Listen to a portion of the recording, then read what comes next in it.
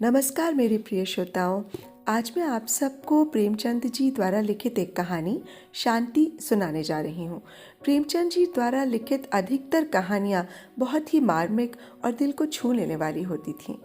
दोस्तों, यदि आपको मेरा वाचन पसंद आता है तो कृपया मेरे इस चैनल को सब्सक्राइब कर लीजिएगा और मेरी कहानियों को लाइक और शेयर और हाँ, बेल आइकन ज़रूर दबा लीजिएगा, जिससे मेरी आगे आने वाली कहानियों की नोटिफिकेशंस आपको मिलती रहें।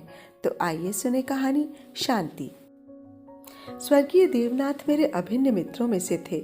आज भी जब उनकी याद आ जाती है तो वो रंगरेलियां आंखों में फिर जाती हैं और कहीं एकांत में जाकर ज़रा देर रो लेता हूँ। हमारे और उनके बीच में 200-250 मील का अंतर था। मैं लखनऊ में था और वो दिल्ली में, लेकिन ऐसा शायद ही कोई महीना जाता हो कि हम आपस में ना मिल पाते हों। वो स्वच्छंद प्रकृति के विनोद प्रिय, सहृदय, उदार और मित्रों पर प्राण देने वाले आदमी थे, जिन्होंने अपने और पराये में भी भेद नहीं किया। संसार क्या है और यहाँ लौकिक व्यवहार का कैसे निर्वाह होता है, ये उस व्यक्ति ने कभी न जाना और न जानने की चेष्टा की। उनके जीवन में ऐसे कई अवसर आए जब उन्हें आगे के लिए होशियार हो जाना चाहिए था। मित्रों ने उनकी निष्कपटता से अनुचित लाभ उठाया और कई बार उन्हें लज्जित भी होना पड़ा, लेकिन उस आदमी ने जीवन से कोई सबक ना लेने की कसम खा ली थी। उसके व्यवहार ज्यों के त्यों रहे। जैसे भोलानाथ जिए वैसे ही भोलानाथ मरे। जिस दुनिया में वो रहते थे वो निराली दुनिया थी, जिसमें संदेह, चालाकी और कपट के लिए स्थान न था। सब अपने थे, कोई गैर न था। मैंने बार बार उन्हें सचेत करना चाहा, पर इसका परिणाम आशा के विरुद्ध हुआ।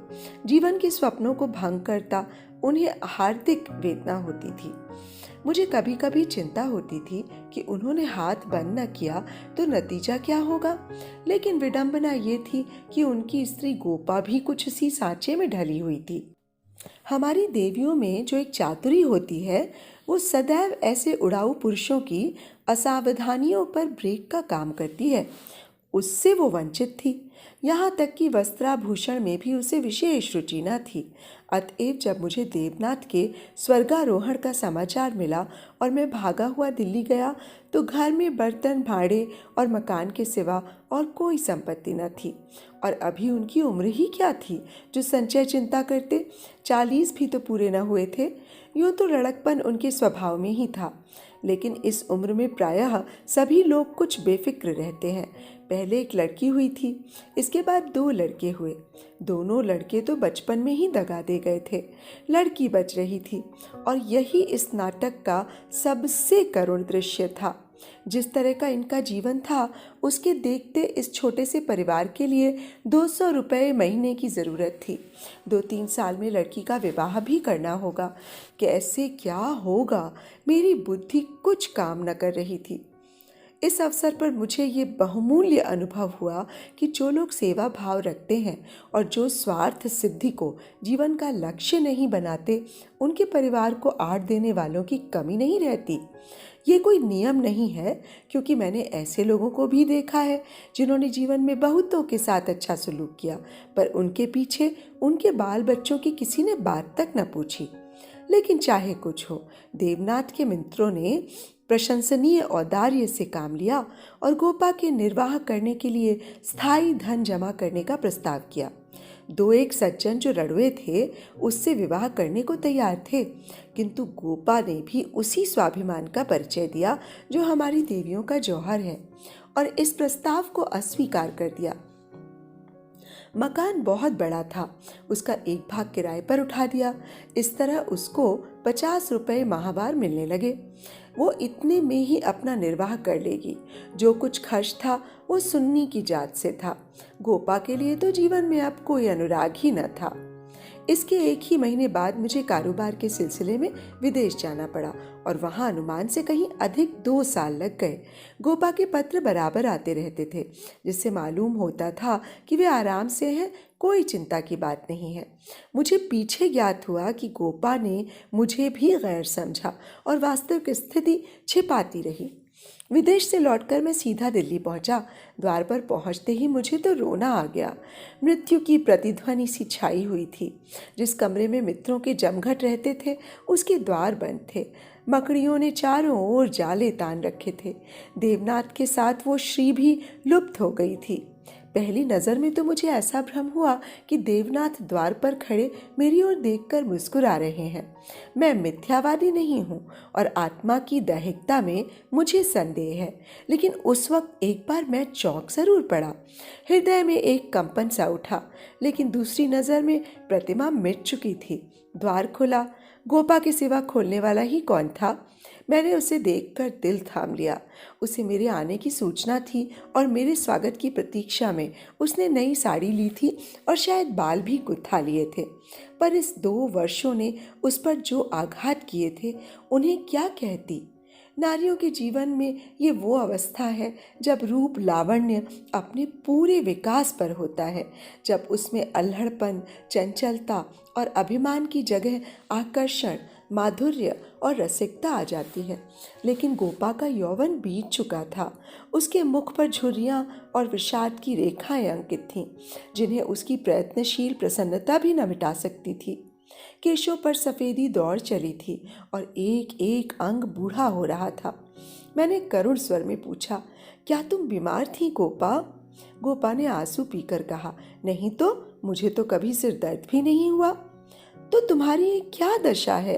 बिल्कुल बूढ़ी हो गई हो। तो अब जवानी को लेकर करना ही क्या है? मेरी उम्र भी तो 35 के ऊपर हो गई है।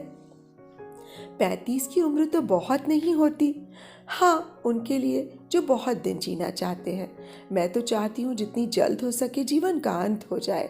बस सुन्नी के ब्याह की चिंता है। इससे छुट्टी पा जाऊँ तो फिर मुझे जिंदगी की परवाह न रहेगी। अब मालूम हुआ कि जो सज्जन इस मकान में किराएदार हुए थे वो थोड़े दिन के बाद तब्दील होकर चले गए और तब से कोई दूसरा किराएदार ना आया। मेरे हृदय में बरछी सी चुभ गई। इतने दिन तक इन बेचारों का निर्वाह कैसे हुआ, ये कल्पना ही दुखद थी। मैंने विरक्त मन से कहा, लेकिन तुमने सूचना क्यों न दी? क्या मैं बिल्कुल गैर हूँ? गोपा ने लज्जित होकर कहा, नहीं नहीं, ये बात नहीं है। तुम्हें गैर समझूंगी तो अपना किसे समझूंगी? मैंने समझा परदेश में तुम खुद अपने झमेले में पड़े होगे, तुम्हें क्यों सताऊं? किसी न किसी तरह दिन कट ही गए। घर में और कुछ न था तो थोड़े से गहने तो थे ही। अब सुनीता के विवाह की चिंता है। पहले मैंने सोचा था इस मकान को निकाल दूंगी, 20-22 हज़ार मिल जाएंगे, विवाह भी हो जाएगा और मेरे लिए भी कुछ बच रहेगा। लेकिन बात को मालूम हुआ कि मकान तो पहले ही रेहन हो चुका है और सूद मिलाकर उस पर 20 हज़ार हो गए हैं। महाजन ने इतनी दया की, क्या कम है कि मुझे घर से ना निकाला?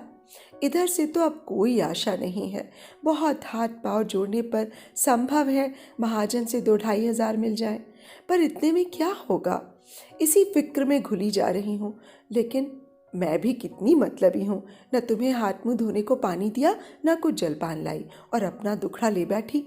अब आप कपड़े उतारिए और आराम से बैठिए, कुछ खाने को लाऊं, खा लीजिए, तब बातें हों। घर पर तो सब कुशल है?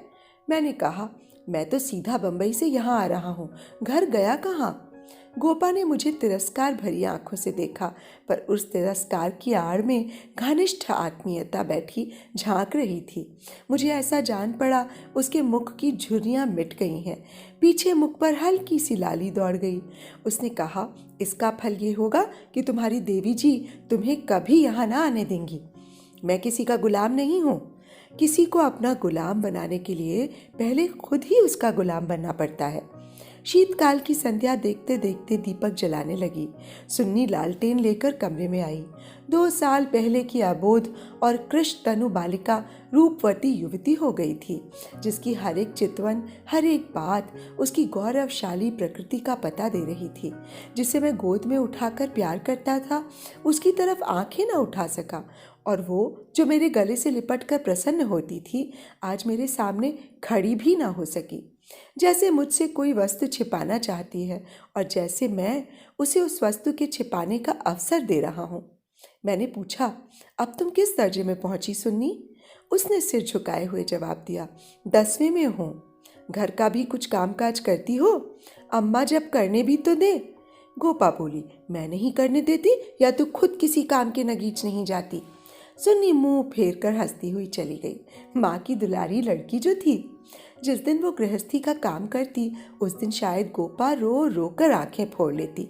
वो खुद लड़की को कोई काम न करने देती थी, मगर सबसे शिकायत करती थी कि वो कोई काम नहीं करती। ये शिकायत भी उसके प्यार का ही एक करिश्मा थी। हमारी मर्यादा हमारे बाद भी जीवित रहती है। मैं भोजन करके लेटा तो गोपा ने फिर सुन्नी के विवाह की तैयारियों की चर्चा छेड़ दी। इसके सिवा उसके पास बात ही क्या थी। लड़के तो बहुत मिलते हैं भैया, पर कुछ हैसियत भी तो हो। लड़की को ये सोचने का अवसर क्यों मिले कि दादा होते तो शायद मेरे लिए इससे अच्छा घर वर ढूंढते। फिर गोपा ने डरते डरते लाला मदारी लाल के लड़के का जिक्र किया। मैंने चकित होकर उसकी ओर देखा। लाला मदारी लाल पहले इंजीनियर थे, अब पेंशन पाते थे, लाखों रुपए जमा कर लिए थे, पर अब तक उनके लोभ की प्यास न बुझी थी। गोपा ने घर भी छाटा वो जहां उसकी रसाई कठिन थी। मैंने आपत्ति की, मदारी लाल तो बड़ा ही दुर्जन मनुष्य है। गोपा ने दांतों तले जीभ दबाकर कहा, अरे नहीं भैया, तुमने उन्हें पहचाना ना होगा। मेरे ऊपर बड़े दयालु हैं, कभी कभी आकर कुशल समाचार भी पूछ जाते हैं। लड़का ऐसा होनहार है कि तुमसे क्या कहूँ। फिर उनके यहाँ कमी किस बात की है।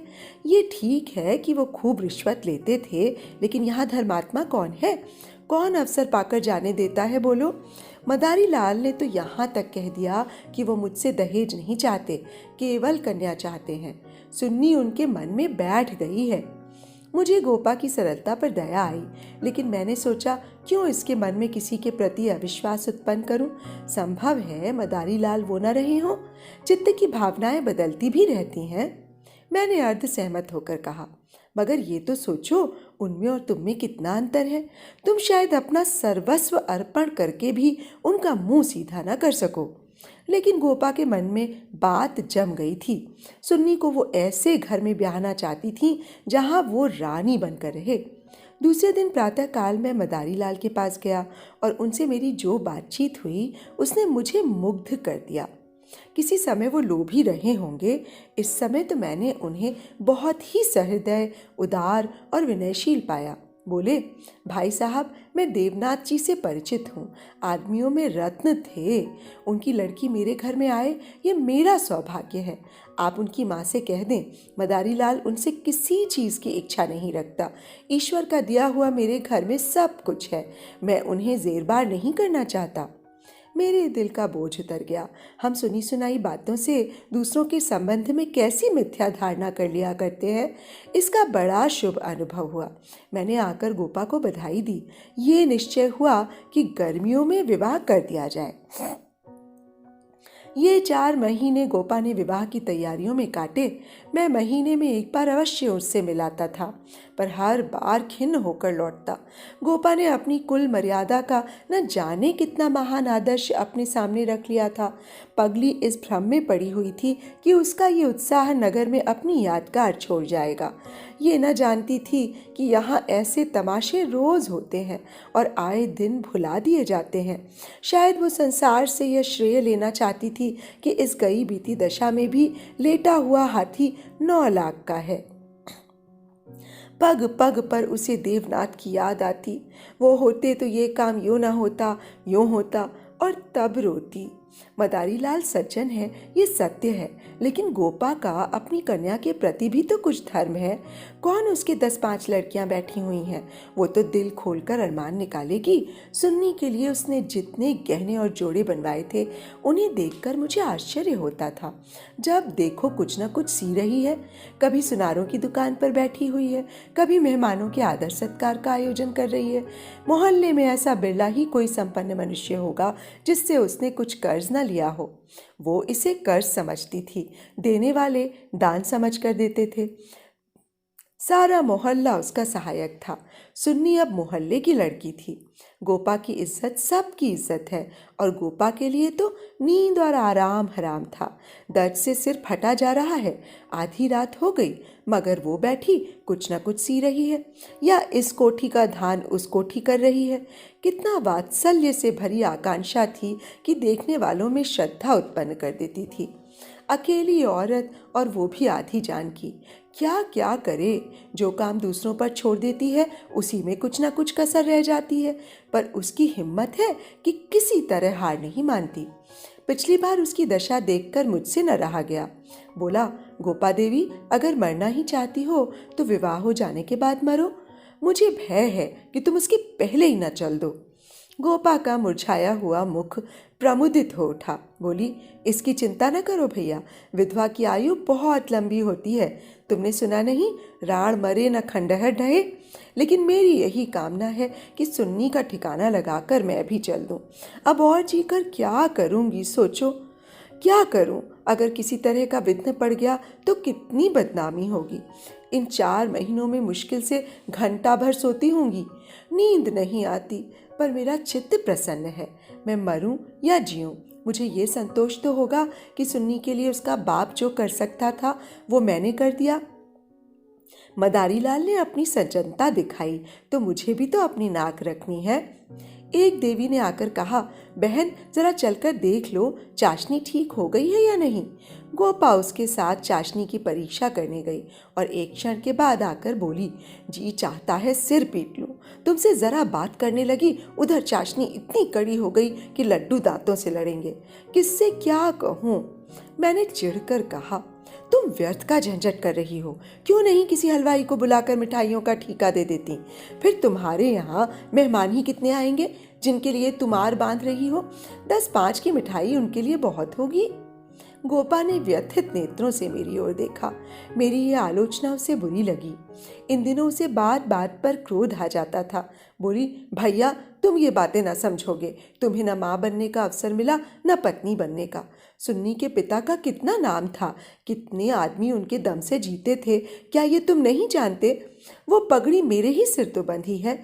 तुम्हें विश्वास ना आएगा, नास्तिक जो ठहरे, पर मैं तो उन्हें सदैव अपने अंदर बैठा हुआ पाती हूँ। वो जो कुछ कर रहे हैं वो कर रहे हैं। मैं मंद बुद्धि स्त्री भला अकेली क्या कर लेती? वही मेरे सहायक हैं, वही मेरे प्रकाश हैं। ये समझ लो कि ये देह मेरी है, पर इसके अंदर जो आत्मा है वो उनकी है।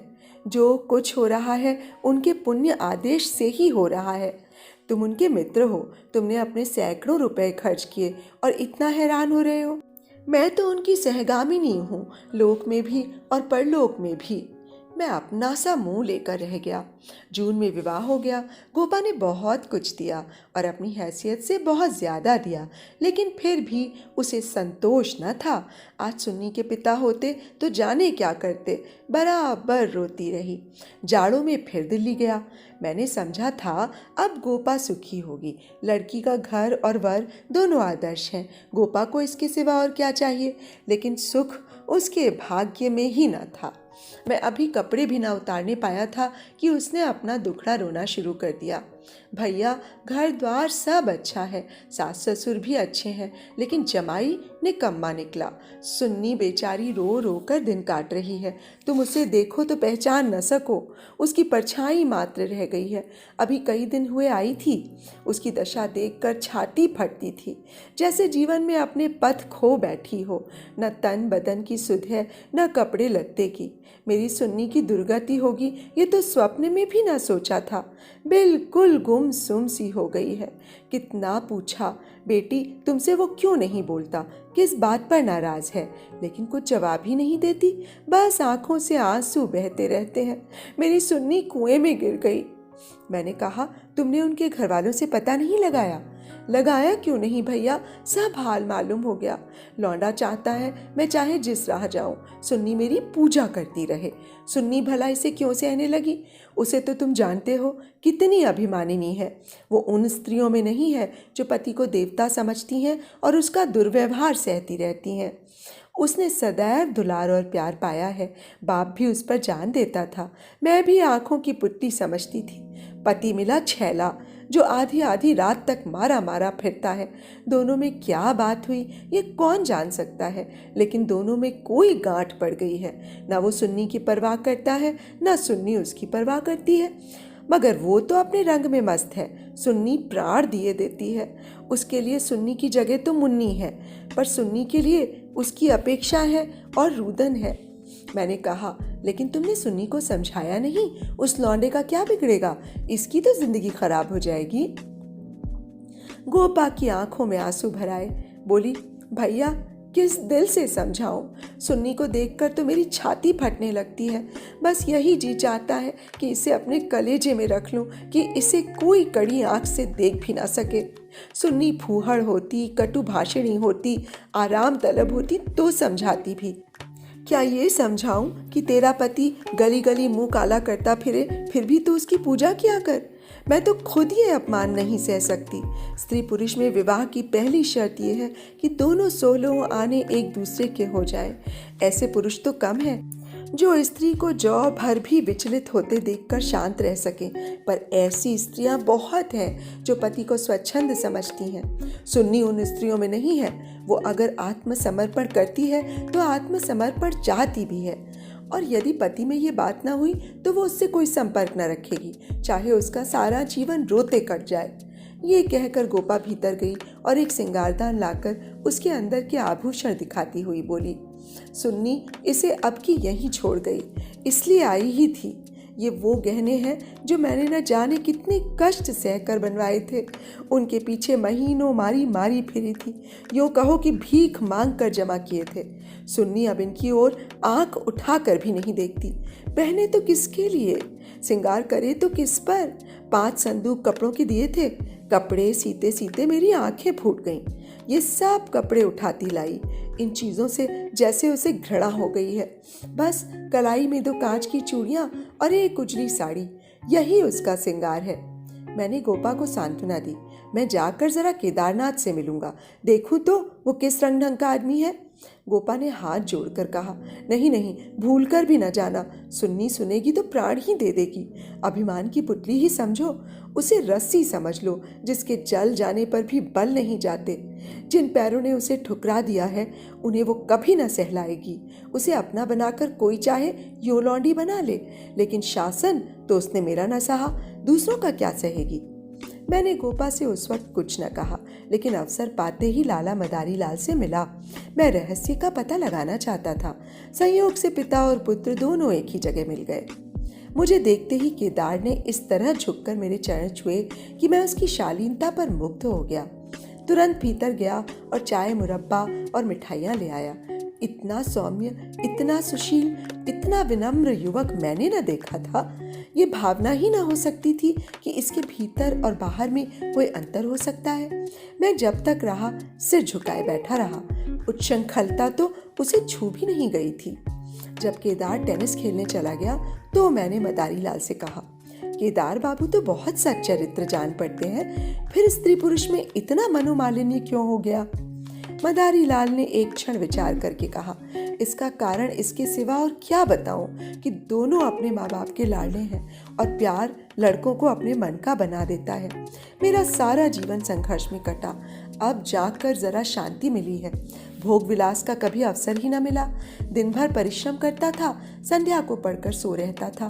स्वास्थ्य भी अच्छा न था, इसलिए बार बार ये चिंता सवार रहती थी कि कुछ संचय कर लूं, ऐसा ना हो कि मेरे पीछे बाल बच्चे भीख मांगते फिरे। नतीजा ये हुआ कि इन महाशय को मुफ्त का धन मिला, सनक सवार हो गई, शराब उड़ने लगी, फिर ड्रामा खेलने का शौक हुआ। धन की कमी थी नहीं, उस पर माँ बाप के अकेले बेटे, इसकी प्रसन्नता ही हमारे जीवन का स्वर्ग थी। पढ़ना लिखना तो दूर रहा, विलास की इच्छा बढ़ती गई, रंग और गहरा हुआ। अपने जीवन का ड्रामा खेलने लगे। मैंने ये रंग देखा तो मुझे चिंता हुई, सोचा ब्याह कर दूं, ठीक हो जाएगा। गोपा देवी का पैगाम आया तो मैंने तुरंत स्वीकार कर लिया। मैं सुन्नी को देख चुका था, सोचा ऐसी रूपवती स्त्री पाकर इसका मन स्थिर हो जाएगा, पर वो भी लाडली लड़की थी, हठीली, अबोध, आदर्शवादिनी। सहिष्णुता तो उसने सीखी ही न थी। समझौते का जीवन में क्या मूल्य है इसकी उसे खबर ही नहीं। लोहा लोहे से लड़ गया। वो अभिमान से इसे पराजित करना चाहती है और ये उपेक्षा से। यही रहस्य है। और साहब, मैं तो बहू को ही अधिक दोषी समझता हूँ। लड़के तो प्रायः मनचले होते ही हैं। लड़कियाँ स्वभाव से ही सुशीला होती हैं और अपनी जिम्मेदारी समझती हैं। इनकी सेवा, त्याग और प्रेम ही उनका अस्त्र है जिससे वे पुरुष पर विजय पाती हैं। उसमें ये पूर्ण है ही नहीं। डोंगा कैसे पार होगा ईश्वर ही जाने। सहसा सुन्नी अंदर से आ गई, बिल्कुल अपने चित्र की रेखा सी, मानो मनोहर संगीत की प्रतिध्वनि हो। कुंदन तपकर भस्म हो गया था। मिटी हुई आशाओं का इससे अच्छा चित्र नहीं हो सकता। उलाहना देती हुई बोली, आप न जाने कब से बैठे हुए हैं, मुझे खबर तक नहीं, और शायद आप बाहर ही बाहर चले भी जाते। मैंने आंसुओं के वेग को रोकते हुए कहा, नहीं सुन्नी, ये कैसे हो सकता था? तुम्हारे पास आ ही रहा था कि तुम स्वयं आ गई। मदारी लाल कमरे से बाहर अपने कार की सफाई कराने लगे। शायद मुझे सुन्नी से बातचीत करने का अवसर देना चाहते थे। सुन्नी ने पूछा, अम्मा तो अच्छी तरह से है? हाँ, अच्छी ही है। तुमने अपनी ये क्या आदत बना रखी है? मैं तो बहुत अच्छी तरह से हूँ। ये क्या बात हुई? तुम लोगों में क्या अनबन है? गोपा देवी प्राण दिए डालती हैं, तुम खुद मरने की तैयारी कर रही हो। कुछ तो विचार से काम लो। सुन्नी के माथे पर बल पड़ गए। आपने नाहक ये विषय छेड़ दिया चाचा जी। मैंने तो ये सोचकर अपने मन को समझा लिया कि मैं अभागिन हूँ। बस इसका निवारण मेरे बूते से बाहर है। मैं उस जीवन से मृत्यु को कहीं अच्छा समझती हूँ जहाँ अपनी कदर ना हो। मैं व्रत के बदले में व्रत चाहती हूँ। जीवन का कोई दूसरा रूप मेरी समझ में नहीं आता। इस विषय में किसी तरह का समझौता करना मेरे लिए असंभव है। नतीजे की मैं परवाह नहीं करती। लेकिन नहीं चाचा जी, इस विषय में अब कुछ न कहिए, नहीं तो मैं चली जाऊंगी। आखिर सोचो तो, मैं सब सोच चुकी और तय कर चुकी। पशु को मनुष्य बनाना मेरी शक्ति के बाहर है। इसके बाद मेरे लिए अपना मुंह बंद कर लेने के सिवा और क्या रह गया था। मई का महीना था। मैं मसूरी गया हुआ था कि गोपा का तार पहुंचा। तुरंत आओ, जरूरी काम है। मैं घबरा तो गया, लेकिन इतना निश्चित था कि कोई दुर्घटना नहीं हुई। दूसरे ही दिन दिल्ली जा पहुंचा। गोपा मेरे सामने आकर खड़ी हो गई, निस्पंद, मूक, निष्प्राण, जैसे तपेदिक करोगी हो। मैंने पूछा, कुशल तो है? मैं तो घबरा उठा। उसने बुझी हुई आंखों से देखा और बोली, सच? सुन्नी तो कुशल है? हाँ, अच्छी तरह है। और केदारनाथ? वो भी अच्छी तरह है। तो फिर माजरा क्या है? कुछ तो नहीं? तुमने तार दिया और कहती हो कुछ तो नहीं? दिल घबरा रहा था, इससे तुम्हें बुला लिया। सुन्नी को किसी तरह समझा कर यहाँ लाना है। मैं तो सब कुछ करके हार गई। क्या इधर कोई नई बात हो गई? नई तो नहीं है, लेकिन एक तरह से नई ही समझो। केदार एक एक्ट्रेस के साथ कहीं भाग गया। 1 सप्ताह से उसका कहीं पता नहीं है। सुन्नी से कह गया है, जब तक तुम रहोगी घर नहीं आऊंगा। सारा घर सुन्नी को शत्रु हो रहा है, लेकिन वो वहां से टलने का नाम नहीं लेती। सुना है केदार अपने बाप के दस्तखत बनाकर कई हजार रुपए बैंक से ले गया है। तुम सुन्नी से मिली थी? हाँ, 3 दिन से बराबर जा रही हूँ। वो नहीं आना चाहती तो रहने क्यों नहीं देती? वहां वो घुट घुट कर मर जाएगी। मैं उन्हीं पैरों लाला मदारी लाल के घर चला। हालांकि मैं जानता था कि सुन्नी किसी तरह ना आएगी, मगर वहां पहुंचा तो देखा कोहराम मचा हुआ है। मेरा कलेजा धक से रह गया। वहां तो अर्थी सज रही थी। मोहल्ले के सैकड़ों आदमी जमा थे। घर में हाय हाय की क्रंदन ध्वनि आ रही थी। ये सुन्नी का शव था। मदारी लाल मुझे देखते ही मुझसे उन्मत्त की भांति लिपट गए और बोले, भाई साहब, मैं तो लुट गया। लड़का भी गया, बहू भी गई, जिंदगी ही गारत हो गई। मालूम हुआ कि जब से केदार गायब हो गया था, सुन्नी और ज्यादा उदास रहने लगी थी। उसने उसी दिन अपनी चूड़ियां तोड़ डाली थीं और मांग का सिंदूर पूंछ डाला था। सास ने जब आपत्ति की तो उनको अपशब्द कहे। मदारी लाल ने समझाना चाहा तो उन्हें भी जरी कटी सुनाई। ऐसा अनुमान होता था उन्माद हो गया है। लोगों ने उससे बोलना ही छोड़ दिया था। आज प्रातःकाल यमुना स्नान करने गई। अंधेरा था, सारा घर सो रहा था, किसी को नहीं जगाया। जब दिन चढ़ गया और बहू घर में न मिली तो उसकी तलाश होने लगी। दोपहर को पता लगा कि यमुना गई है। लोग उधर भागे, वहां उसकी लाश मिली। पुलिस आई, शव की परीक्षा हुई, अब जाकर शव मिला है। मैं कलेजा थाम कर बैठ गया। हाय, अभी थोड़े दिन पहले जो सुंदरी पालकी पर सवार होकर आई थी, आज वो 4 के कंधे पर जा रही है। मैं अर्थी के साथ हो लिया और वहां से लौटा तो रात के 10 बज गए थे। मेरे पांव कांप रहे थे। मालूम नहीं ये खबर पाकर गोपा की क्या दशा होगी। प्राणांत ना हो जाए, मुझे यही भय हो रहा था। सुन्नी उसकी प्राण थी, उसके जीवन का केंद्र थी। उस दुखिया के उद्यान में यही तो एक पौधा बच रहा था। उसे वो हृदय रक्त से सींचकर पाल रही थी। उसके बसंत का सुनहरा स्वप्न ही उसके जीवन था। उसमें कोपले निकलेंगी, फूल खिलेंगे, फल लगेंगे, चिड़ियाँ उसकी डालियों पर बैठकर अपने सुहाने राग गावेंगी। किंतु आज निष्ठुर नियति ने उस जीवन सूत्र को उखाड़ कर फेंक दिया और अब उसके जीवन का कोई आधार न था। वो बिंदु ही मिट गया था जिस पर जीवन की सारी रेखाएं आकर एकत्र हो जाती थीं। दिल को दोनों हाथों से थामे मैंने जंजीर खटखटाई। गोपा एक लालटेन लिए निकली। मैंने गोपा के मुख पर एक नए आनंद की झलक देखी। मेरी शोक मुद्रा देखकर उसने मातृवत प्रेम से मेरा हाथ पकड़ लिया और बोली, आज तो तुम्हें सारे दिन रोते ही कटा। अर्थी के साथ तो बहुत से आदमी रहे होंगे। मेरे जी में भी आया था कि चलकर सुन्नी के अंतिम दर्शन कर लूं, लेकिन मैंने सोचा आज सुन्नी ही ना रही तो उसकी लाश में क्या रखा है। न गई। मैं विस्मय से गोपा का मुंह देखने लगा तो इसे ये शोक समाचार मिल चुका है, फिर भी ये शांति और ये अविचल धैर्य। बोला, अच्छा किया ना गई, रोना ही तो था। हाँ और क्या, रोती यहाँ भी, लेकिन तुमसे सच कहती हूँ, दिल से नहीं रोई। न जाने कैसे आंसू निकल आए। मुझे तो सुन्नी की मौत से प्रसन्नता हुई। दुखिया अपनी मान मर्यादा के लिए संसार से विदा हो गई, नहीं तो न जाने क्या क्या देखना पड़ता। इसलिए और भी प्रसन्न हूँ कि उसने अपनी आन निभा दी। स्त्री को जीवन में प्यार न मिले तो उसका अंत हो जाना ही अच्छा है। तुमने सुन्नी की मुद्रा देखी थी? लोग कहते हैं ऐसा जान पड़ता था मुस्कुरा रही है। मेरी सुन्नी सचमुच देवी थी। भैया, आदमी इसलिए थोड़े ही जीना चाहता है कि रोता रहे। जब मालूम हुआ कि जीवन में दुख के सिवा और कुछ नहीं है तो आदमी जीकर क्या करे? किस लिए जिए? खाने और सोने और मर जाने के लिए? ये मैं नहीं कहती कि मुझे सुन्नी की याद ना आएगी और मुझे याद करके रोंगी नहीं, लेकिन वो शोक के आंसू ना होंगे, हर्ष के आंसू होंगे।